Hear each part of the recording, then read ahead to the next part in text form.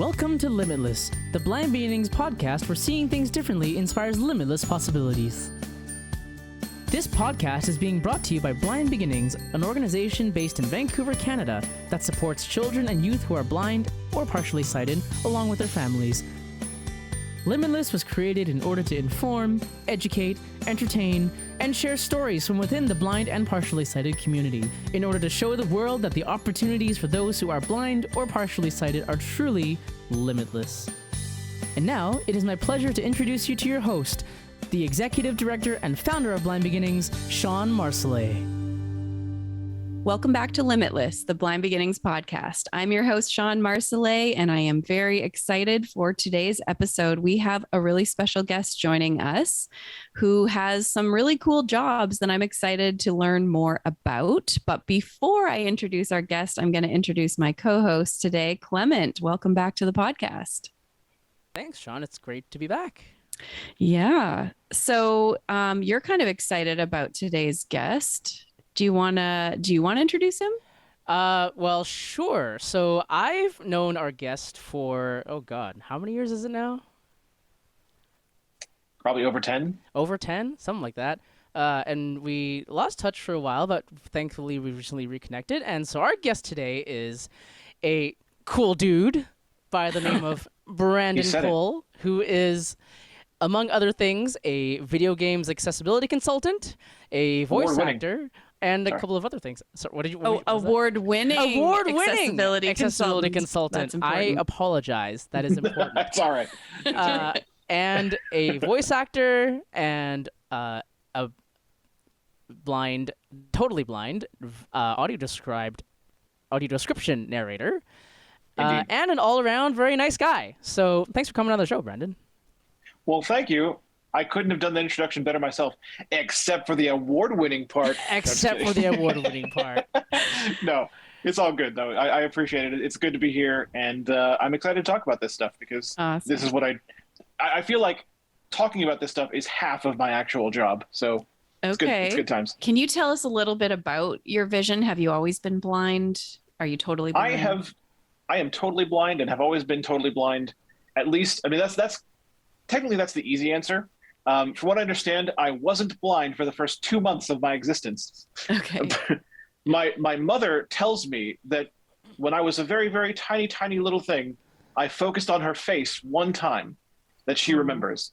But unfortunately, I was also born with retinoblastoma, which required the removal of both eyes. Right. So that one focus was the only one. And here I am, prosthetic eyes and all. Okay. I've heard that people with retinoblastoma have higher than average intelligence. I will accept that. I've got to say that I don't think I've met anybody with retinoblastoma that doesn't. So yeah, we'll go with it. I will just say, yep, you're right. You know, if you've got to have a condition, it might as well come with some perks, right? Or some absolutely. Pluses. So last week we talked with Reese and Melissa from Descriptive Video Works all about audio description, and we were asking them some questions about the fact that they've hired some blind narrators, because the irony of that is just kind of mind-blowing for me. Sure. So I wanted to start there, because the first time that I kind of really figured out who you were was you described, you did the audio description for Through My Eyes, the documentary about me. Yeah. It's pretty great. So I just assumed that the guy describing the documentary must be sighted, because I don't know, I guess, in my mind, I'm thinking like, well, you must be sighted if you're describing the action that we blind people cannot see. And so it was just a mind twist for me. Can you talk about like how that came about and how do you do it? How does it work?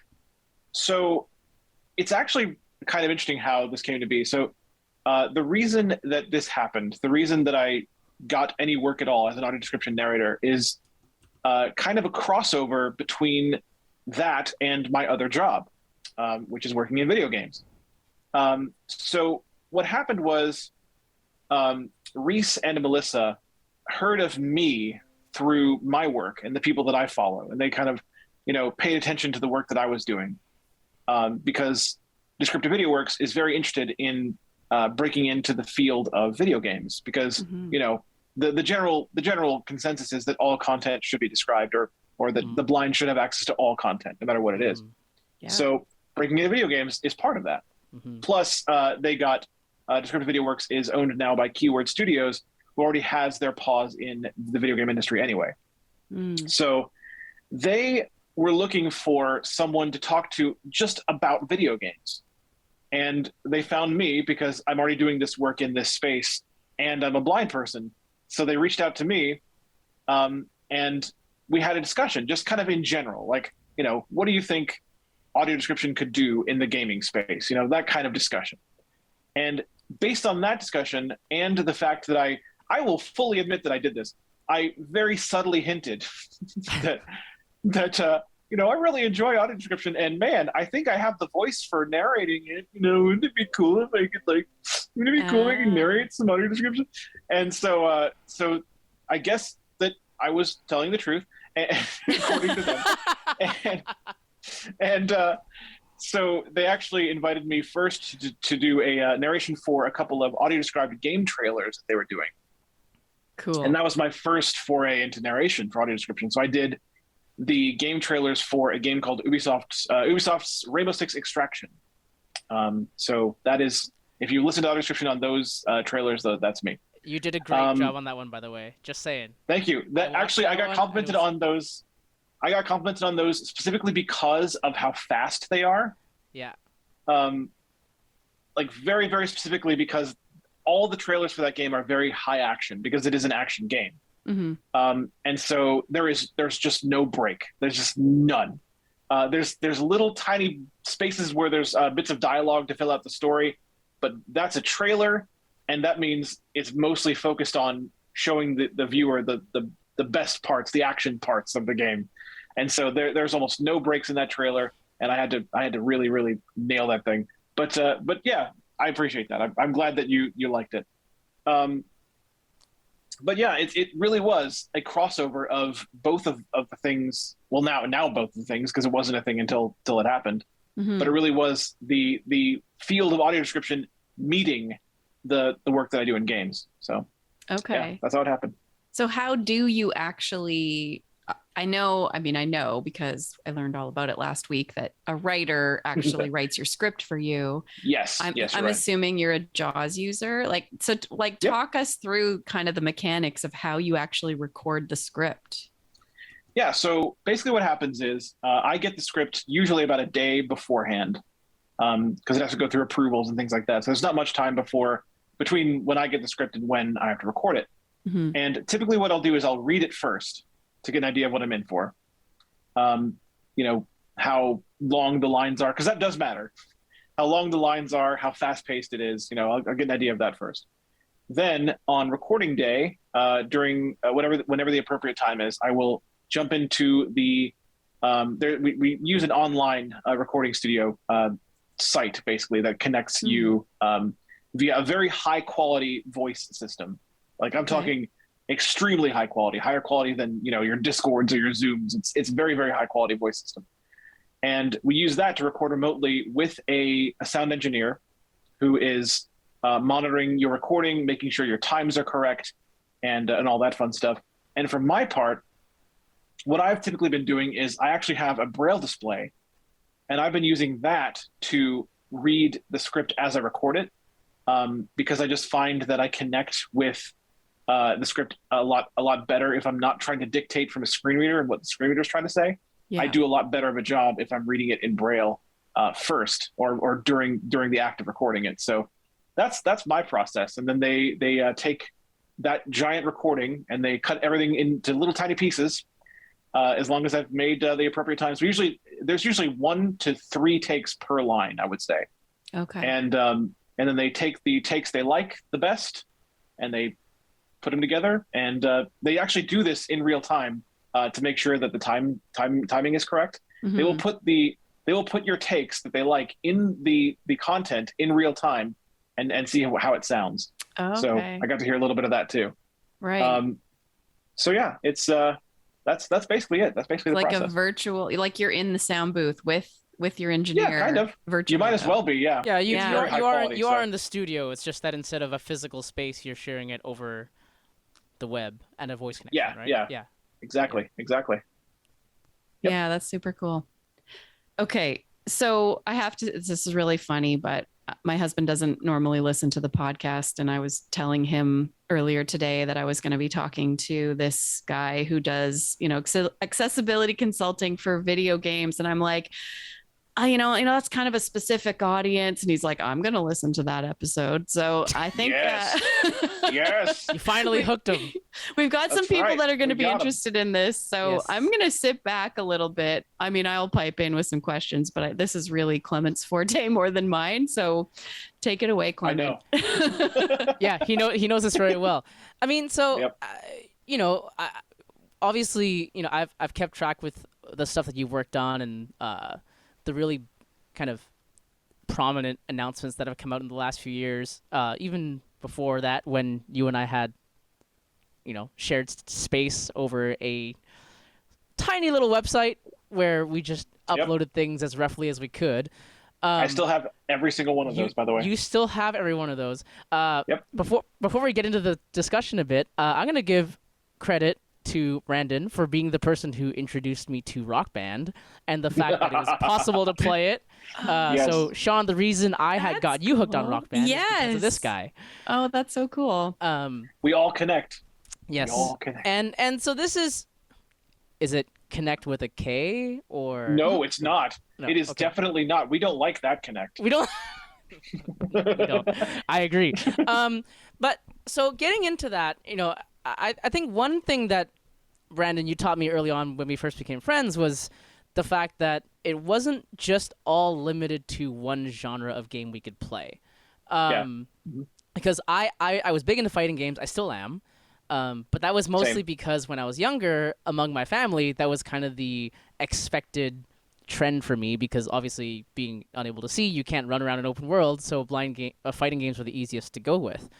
So what gave you the incentive to branch out into things like Rock Band and other genres outside of kind of the typical fighting game? I think when it comes down to it, it just came from the fact that I grew up just trying games.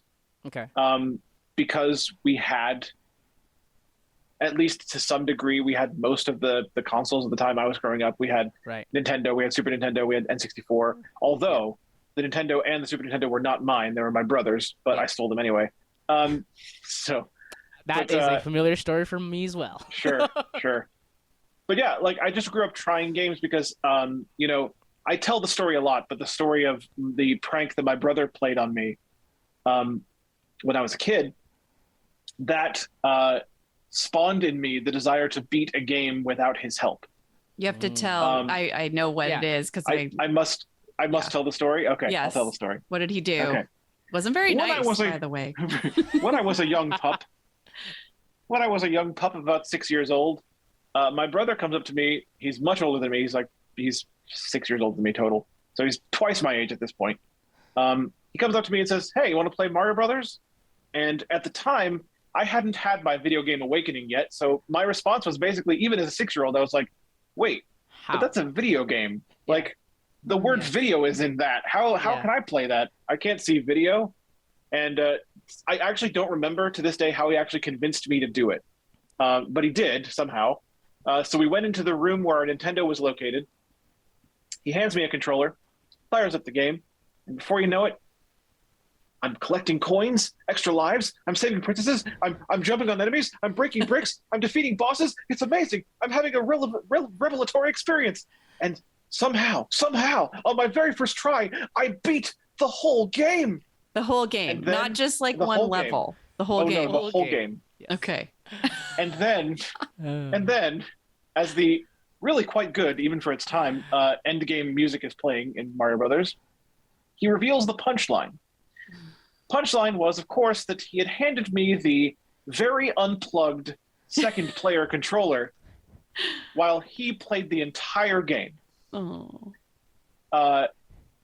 So my inputs amounted to nothing.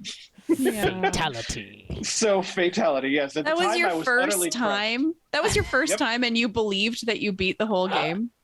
Yeah, because Okay. I didn't have any frame of reference, like I didn't know what actually playing a game was like, if that makes any sense. I just didn't have any frame of reference. Yeah. That was my first time Sure. trying a video game. Sure. Wow. So I really believed, right up until he showed me that the controller was unplugged. You must have been so So- upset at the end. Were you upset? I was Yeah. I was crushed at the time, but Yeah. the thing is, even though I was crushed at that time, I also wanted, I didn't, I learned from that experience. I learned that if I paid attention, I could learn what the sounds were in a video game. Yes. I could learn what each one of those sounds meant. Yeah. Yeah. And so I realized that there was at least some potential here, and I wanted to beat a game without his help. So I vowed to do that. And because I vowed to do that, I started trying other games, even though I would fail at them sometimes really terribly. Yeah. I remember that one of the worst ones back in the regular Nintendo days was RoboCop. I think I maybe walked 2 steps in that game before dying, maybe 2. Yeah. It's one of the worst ones. I did better in Double Dragon than I did in RoboCop. Yeah. But anyway, I just kept trying things, regardless of genre. I wanted to do it, and eventually, in the days of the Super Nintendo, I finally did it. And the first game I beat without my brother's help was, of course, a fighting game, Killer Instinct for Super Nintendo. Yes. Very first game I beat. Yes, that is a classic. But it is a classic, 100% a classic. But that's the origin of me branching out. Is that I tried stuff from the very beginning. I tried new stuff the whole time.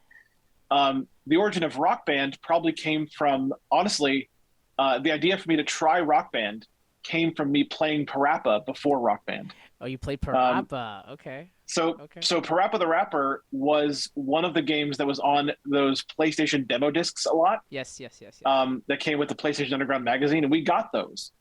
So because I would try anything, I tried Parappa on the demo disc. I tried the demo of Parappa, and I realized that I could play it because I could figure it out. Even though you're supposed to play the game by watching the notes go across the screen or whatever. Yeah. I realized that I could just memorize the whole thing, and I could win that way. And the same logic applies in Rock Band. Yeah. So that was how I got into Rock Band, and because Rock Band was interesting for me I remember the first time you told me that a lot of people at Harmonix were actual musicians, and so Rock Band was the patterns, the note patterns were based mostly on how to play the actual instruments, which basically made it click for me because I was like, oh, okay, I do play guitar and I play drums, which means that this is not too hard for me to grasp. So that was cool because that was my first time branching out into, I'd say my first major attempt at branching out to something that wasn't just your run-of-the-mill fighting game. So my son is just getting into video games. He's 8, and I tried to play Minecraft with him because I thought, like, from how he described it, I'm just building houses. And I'm like, oh, cool. Like, just tell me how to up arrow and sideways, and I'll build something and it'll look cool. Not so much. So can you play Minecraft? Is that one accessible? No. So there are accessibility initiatives in Minecraft. The developers of Minecraft, at least the ones that are there now, because it is owned by Microsoft now, they do care about accessibility.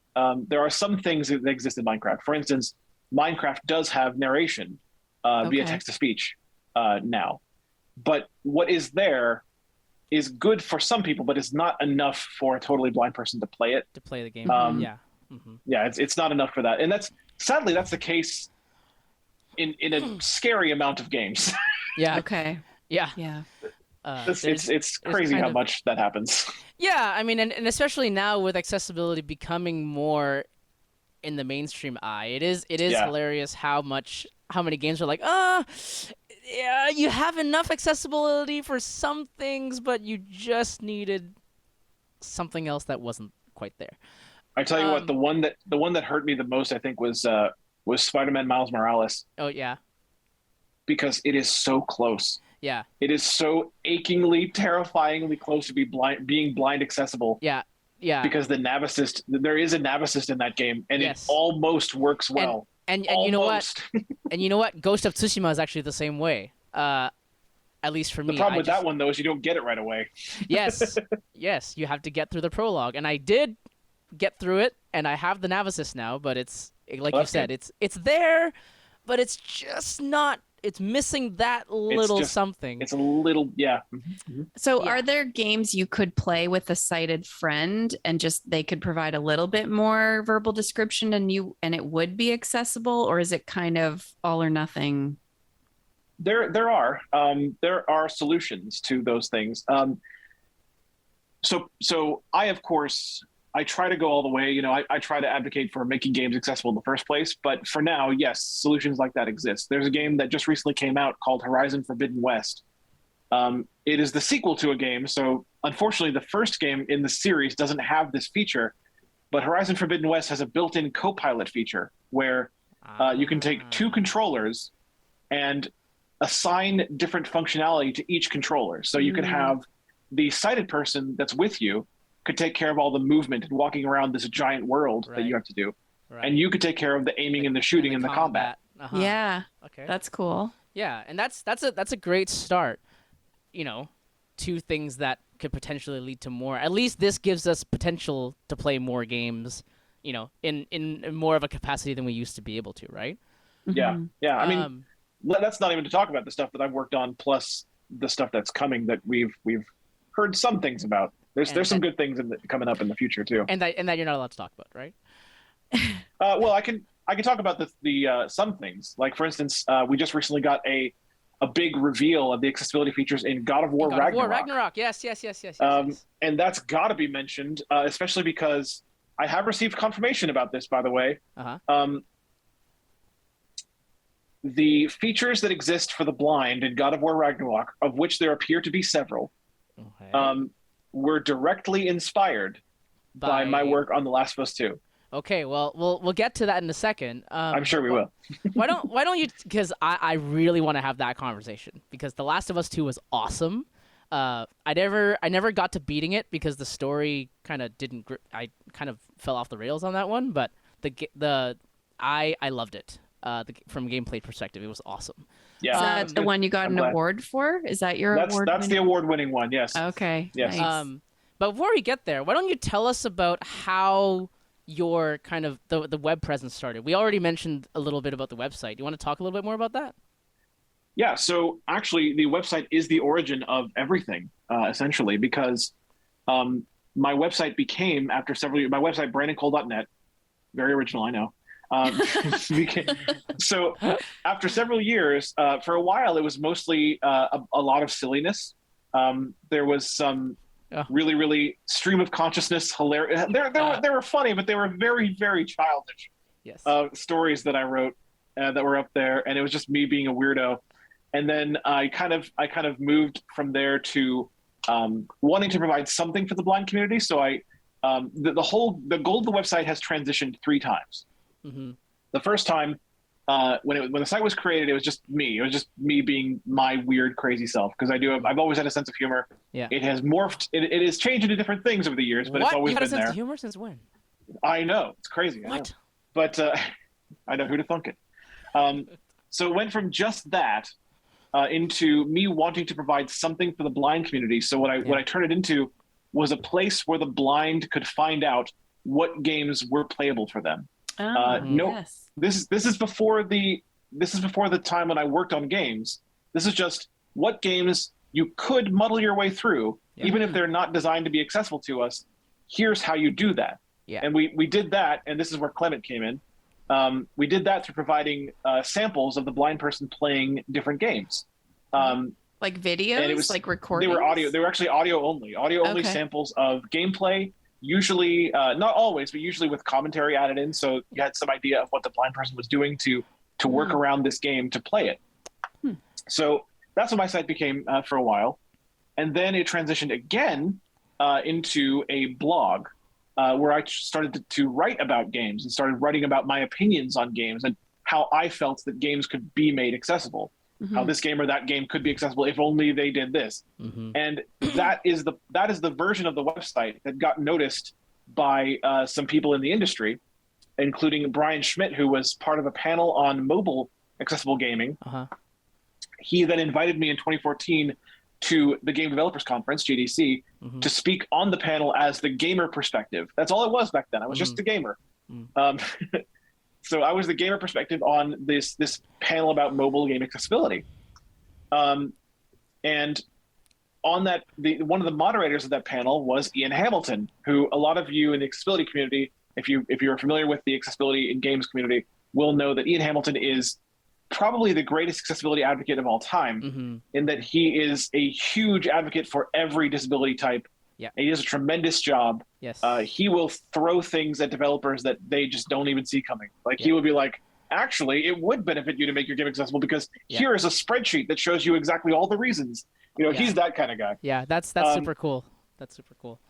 Yeah, so that introduced me to him, and he liked my presentation enough that he then invited me to be one of the very first speakers at the very first Game Accessibility Conference in 2017. Wow. And so I did a speech there about accessibility and the things that I dreamed about in terms of what, making games accessible. And who should be in the audience but representatives from Naughty Dog. Very cool. There it is. There it is. And that is literally how it began. Okay. So that website, at least when back in the first couple of stages, I've got fond memories of that website. I know people do. That's why I kept everything from there. Yeah. And there's I remember you and I did a couple demos where we were supposed to demonstrate one game, and then for some reason it wouldn't work, and so we just were like, okay, well that game's obviously not going to be demonstrated. Let's just work on this one instead. Yep, let's do another one. Yeah, so that was a lot of fun, and I appreciated being able to do that. I remember we did a how to play Mortal Kombat Deception online demonstration. That was one of the ones we did together. You can play Mortal Kombat? Yes. That's accessible? Okay. Oh, wow. Not only can you play Mortal Kombat, maybe this is a good time to announce this. I'm actually I was in the very first one, but I'm in this year's upcoming one as well. There is a blind only Mortal Kombat tournament. What? Yeah. Serious? And I'm Okay. I'm actually going to be in it. On the very first one 2 years ago, they did the very first one of these, and I was the fifth place person in that That's tournament. cool. I didn't win, but I got fifth place, and I'm okay. Is this an online one? Yeah, online Mortal Kombat 11 tournament. I haven't heard about this one yet. Okay, like how many blind people are registering or participating in something like that? Well, I don't know how many this year, but the very first one had 16 blind players that participated. Yeah. So, And do you have to be totally blind or blindfolded? nope, blind or totally blind or low vision is fine. Okay. Huh. So, fun fact, since we're talking about tournaments, I was actually in a tournament last month. Nice. It was a Street Fighter V tournament in Japan that just happened to be online. So I had a couple of connections, and they invited me. That's great. And that was also six blind players, because it was the first time they ever did something like that. They actually went through all the hoops. They got permission from Capcom. They had sponsors. That was a lot of fun. So yes, Mortal Kombat, Street Fighter, competitive games are definitely. Not only can you play them, but it's very, very possible to actually have a competitive and fun time. We know in fact, one of the people that is organizing this blind Mortal Kombat tournament is a guy that went to EVO, which is one of the biggest fighting game tournaments in the world. Yes. Many, many years ago. That's he Carlos, was a right? participant. Yep. He is one of the organizers of the Mortal Kombat. Okay, cool. The tournament, by the way, is called Sento Showdown, which is perfect because Sento refers to the sword of a blind Mortal Kombat character named Kenshi. Yes. So yes, Sento awesome. Showdown is the blind Mortal Kombat tournament, and That's awesome. he I'm is excited for organizing that. it, and he is a former EVO competitor from many years back. That's awesome. Okay, so I would love to know your process for okay, there's a new game, you sit down, you try to play it, you find out you're stuck. Do you have somebody cited talking you through? Or are you just calling the game makers at that point and saying, hey, this part, I don't know. Like how do you make it accessible? It goes, well, okay, so for the most part, and there are exceptions to this rule, but for the most part, you actually don't want to wait until a game is released to make it accessible. Ideally, accessibility should be something that is considered from the ground up. Yeah. I was lucky enough when I broke into The Last of Us Part 2, I was lucky enough to break in fairly early in their development, so they didn't have too much reworking to do to make this thing accessible. But if a game is already out and I can't play it, I will still do those things. I'll still reach out to the developers and explain to them what the problems are. And I actually make a point to not have a sighted person help me. And I know that some other consultants will get help through the parts they can't finish. But I've decided, just this is part of my philosophy with this work, is I intentionally don't do that because the developers need to be aware of the struggles. Right. Yeah. And if a blind person got help, let's say off stream, and then streamed themselves playing a game further along than they could have actually gotten on their own, that doesn't accurately convey the struggle that we have with the game. That doesn't. It gives a false impression, right? Exactly. It doesn't let the developer know what the barrier was. Yeah, absolutely. So what I do instead is I will take any game, and I've gotten enough connections now that developers do occasionally just give me games to try. I will take any game and I will do what I call a live accessibility review of that game.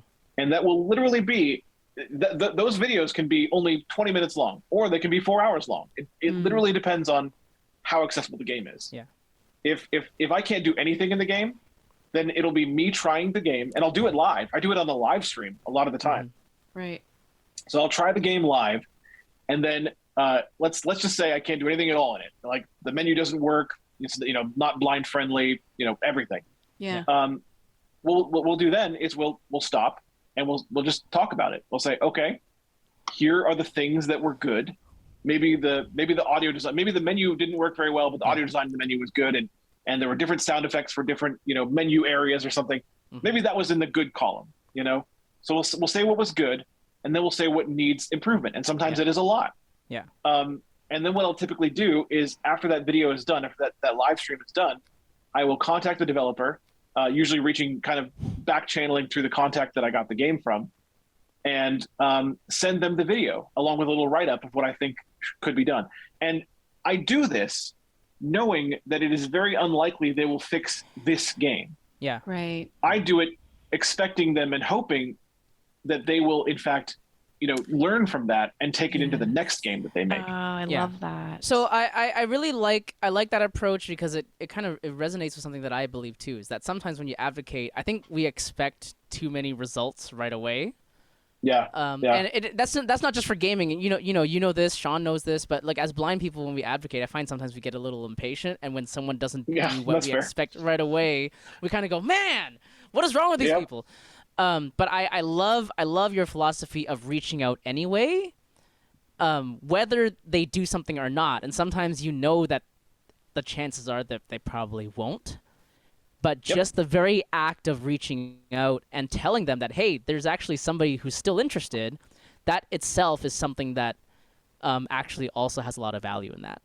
Well, you're also telling them how they can fix it for next time, right? Yes. Exactly. Like in development. Yeah, I think that's brilliant. A little bit of free consulting and incentive to hire me.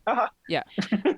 Well, okay. Well, because I wanted to ask you, how are you making money then? If you're just giving this, wisdom away for free, how does that work? So I do make money. I do get paid for this work, and the way that works is, if a studio hires me, I will work with them directly.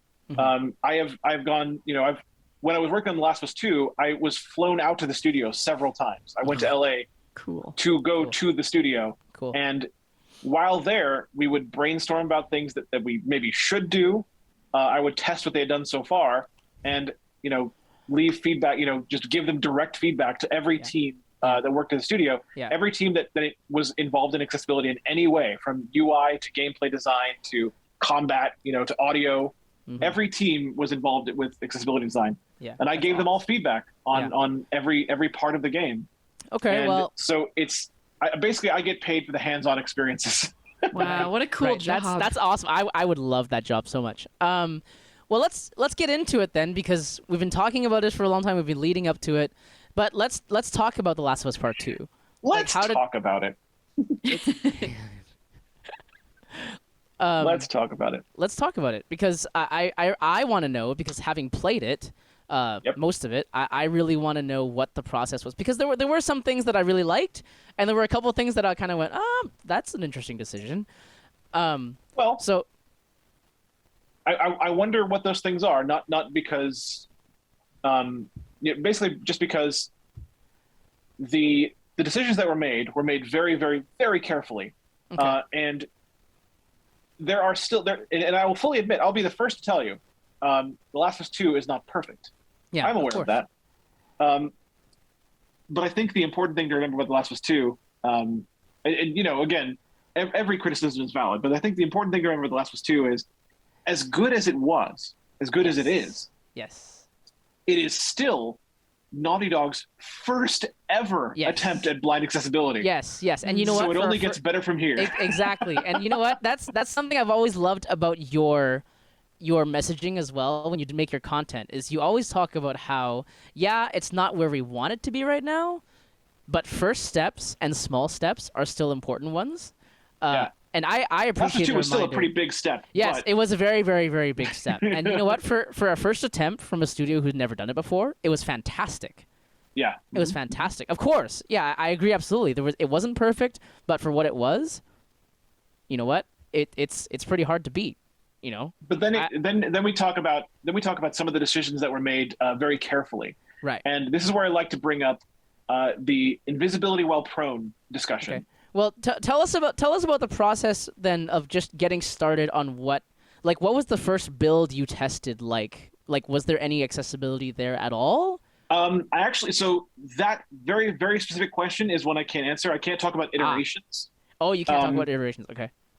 I can talk about features and talk about how they work, but I can't talk about the differences between builds, essentially. Oh, okay. Because there's a lot of reasons, but the biggest one I think is that there are things in video games, and this goes for every game, not just Last of Us 2.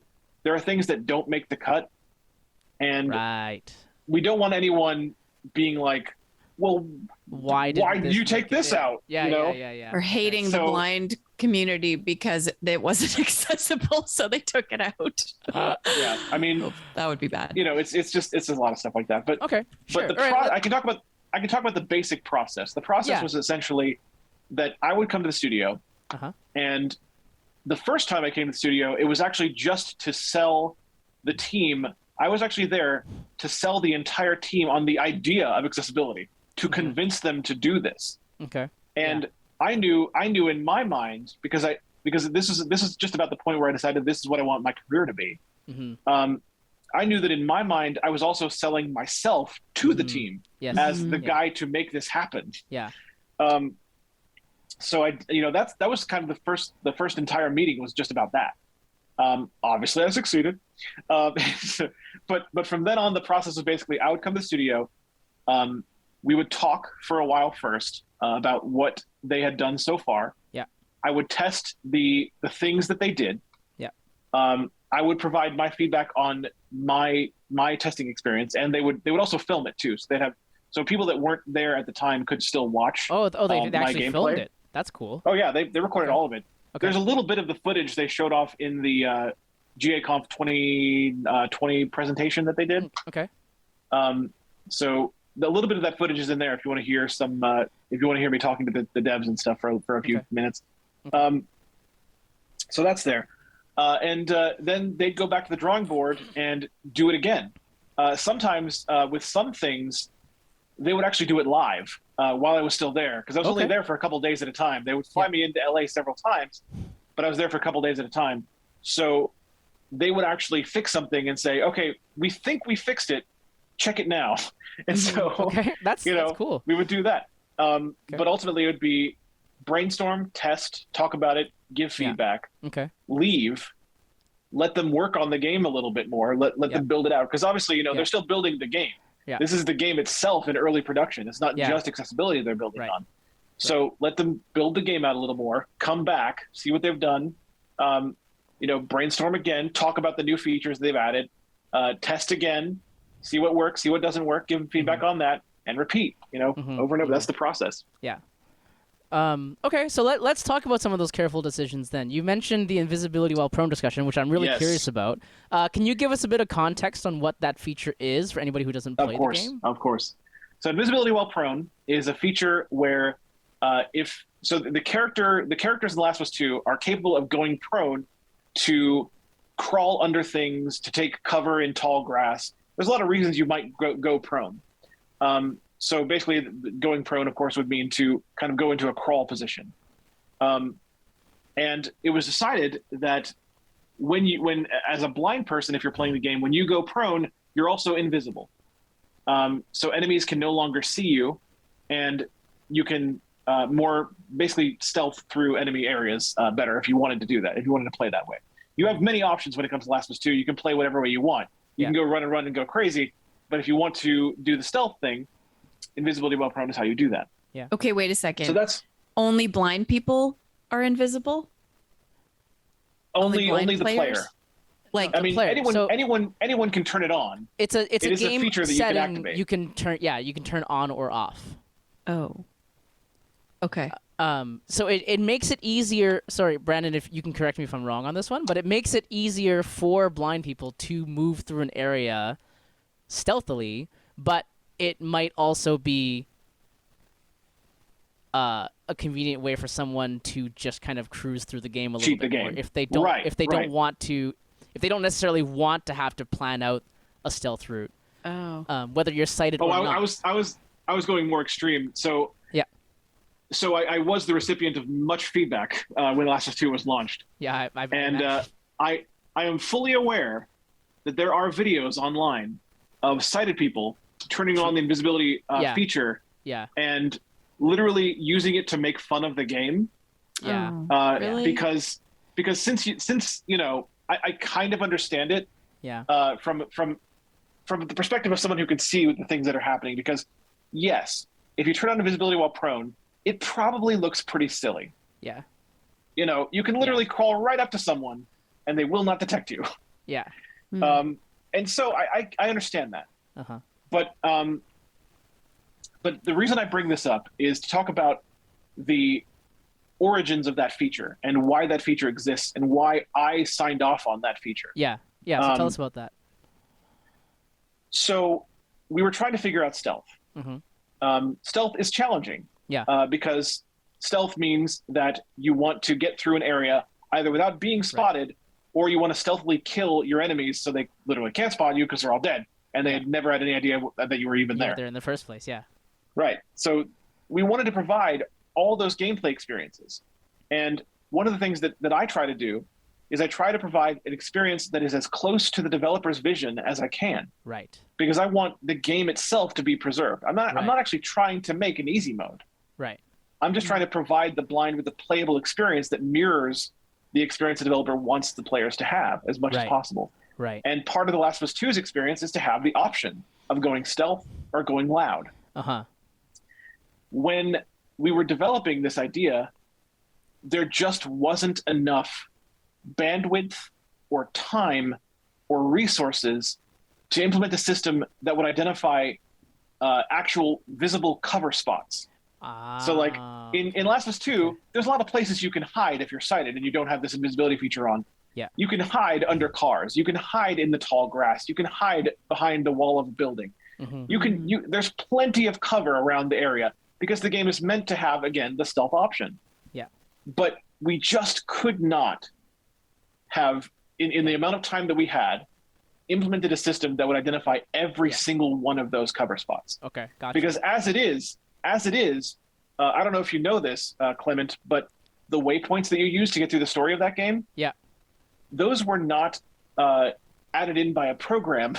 Every waypoint was actually manually hand crafted by a human person.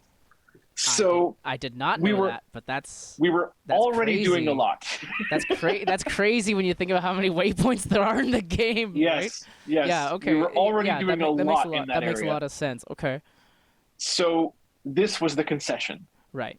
Allow the blind player to be invisible, to stealth through areas more easily, and the trolls will never tell you this. The haters will never tell you this. People that don't like the feature will never tell you this. Yeah. But we do have another concession, because one of the things that I brought up is when I first tried invisibility while prone, even though I did believe in the feature and I knew that we needed it, the first thing that I brought up is, it does kind of feel a little easy playing this way, because I could just stay invisible as long as I wanted to. Mm-hmm. Yeah. which is why we also have, and again, the haters will never tell you this, Yep. you can choose to make invisibility limited. Right. What this does is it sets the invisibility on a timer. Yeah. And the timer is based on the stealth difficulty setting you have set. So you can actually set stealth difficulty separately from any other option. And it will use that difficulty setting to choose how long you will be invisible if you go prone. Right. The shortest time at the most difficult stealth setting is, I believe, 5 seconds only of invisibility. Right. So you'll be invisible for 5 seconds, and then everyone's going to spot you if you're in an open area. So this is really cool to me because you know what, this is one thing I loved about The Last of Us Part 2 is that all the accessibility features, you could have them on or you could have them off. Yep, if you every single one. Yeah, and that was super cool because there's a lot of accessibility stuff, not necessarily pertaining to games, but in a lot of other things where it's kind of there whether you want it to be or not. Yeah, and sometimes it's all bunched together, like accessibility mode. Yeah, exactly. And especially for tech, right? That happens a lot where there's like, you turn on accessibility settings, and it's like, okay, well, I don't necessarily need this one, but I like the other 5 features that are there, but I can't do anything about this because. So I really liked The Last of Us Part 2, the fact that you could actually you didn't have to go invisible if you didn't want to. You could actually leave the feature off if you really. Yeah. If you wanted to play it the way sighted people do, and if you want to take that risk of running into somebody or having someone spot you. Remembering you have no idea where cover is, but still you can try it. Yeah, and you know what? Some people do enjoy that. I tried that a couple times, and it was fun. It made it harder, but it was cool because you did get to experience it. It did make you have to actually think about things. But of course, like you said, the hardest thing is finding cover because you don't know where the cover is. The best you can do is you can at least hear the grass. Like if there's tall grass, you can hear when you're walking in it.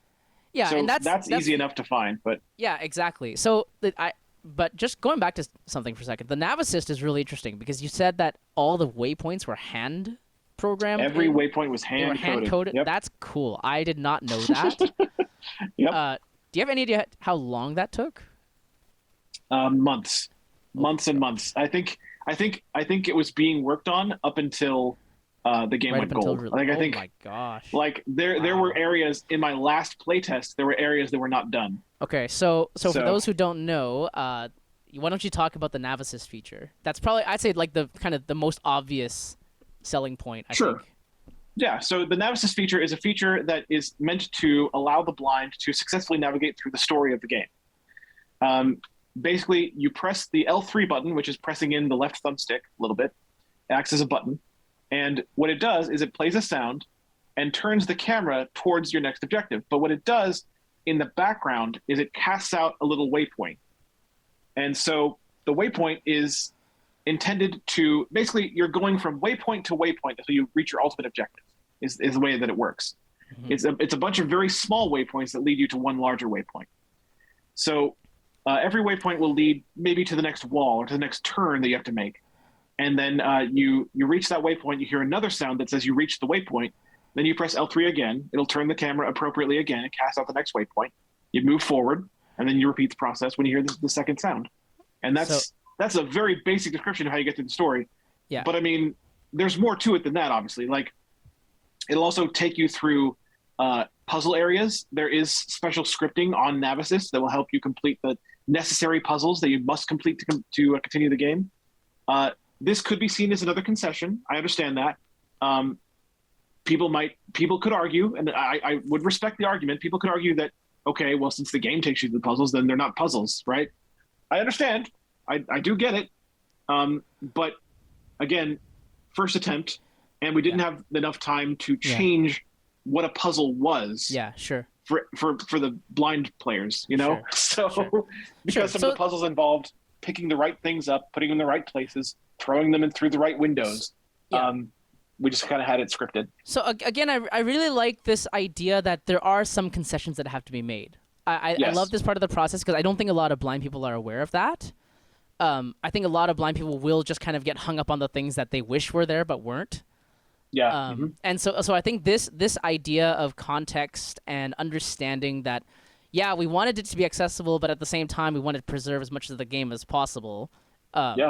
And so there are some concessions that actually make the gameplay experience better. As opposed That's the to goal. Yeah, for sure. My personal, I think the one thing that I had the most questions about was the item system. Okay. Because I'm curious as to one thing that kind of bothered me a little was the fact that I couldn't pick which item to track. Yep. So can tell us a bit. That's completely fair. Tell us a little bit more, because that was the thing for me, because I was like, oh well, I want to get those 3 things that are over there, but the game doesn't let me because I keep getting caught on this one because it's closer. So tell us about the whole enhanced listen feature thing and like that particular thing with items and enemies. So enhanced listen mode is a mode that allows you to scan around you for nearby items and nearby enemies. So items are things you could collect, like ammo or weapons, or some collectibles as well, or parts that you could craft things with later. A lot of different things. And enemies are any potential hostiles in the area, of course. So using this, you could, for instance, scan around you for an item, and then go retrieve those items that you scanned for using pathfinding. By holding R1 and pressing L3. So normally you'd press L3 to go from objective to objective in the story, but if you're scanning for an item and you're pathfinding towards an item, you hold R1, which is the right bumper button on the controller, and press L3 at the same time, and you would pathfind towards the item instead, or the enemy that you did, whichever one you would scan for last is what would take you to. So what Clement is talking about is the thing about this feature is it always takes you to the nearest item or enemy. It does not let you choose which one you want to pick up. And this is something that I am, of course, aware of. It's not something that I didn't consider when I was working on the game. People that give me feedback, do sometimes assume that this is my fault. Like that I somehow just for the record, that's not my assumption. I'm honestly curious as to how this got it. Okay, good. Sure. So basically what this amounts to is the item system does not use the same waypoint system that the Navisys uses, believe it or not. Right. It works kind of the same way, but actually isn't. Okay. The difference is the item system uses actual pathfinding, whereas the waypoints from objective to objective have been marked up by hand carefully. Right.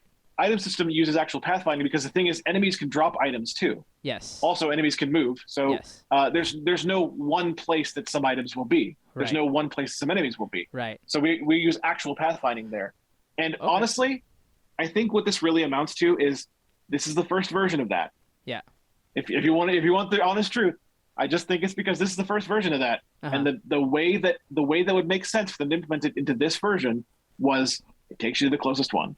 Okay. I don't mean to break it down like that so simply, but I really think that's all it is. Yeah. This happens to be the first version. Yeah, and of course, and with the first attempt at anything, there will be kinks and there will be things to work out, right? Of course. Yeah. Mm-hmm. But I was asking that more, well, one, for my personal curiosity, and two, because I know a lot of people who play that are going to have that question. Yeah, it does come up a lot. Yeah, and because like for me, I remember the hardest thing was like there would be a workbench that I was standing next to, and an item somewhere else that I wanted to get to, and it would always bring me back to the workbench. And I was like, dude, can we not? Although that may just be... We do have some code in there. So some things were actually changed in the patch that came out after release.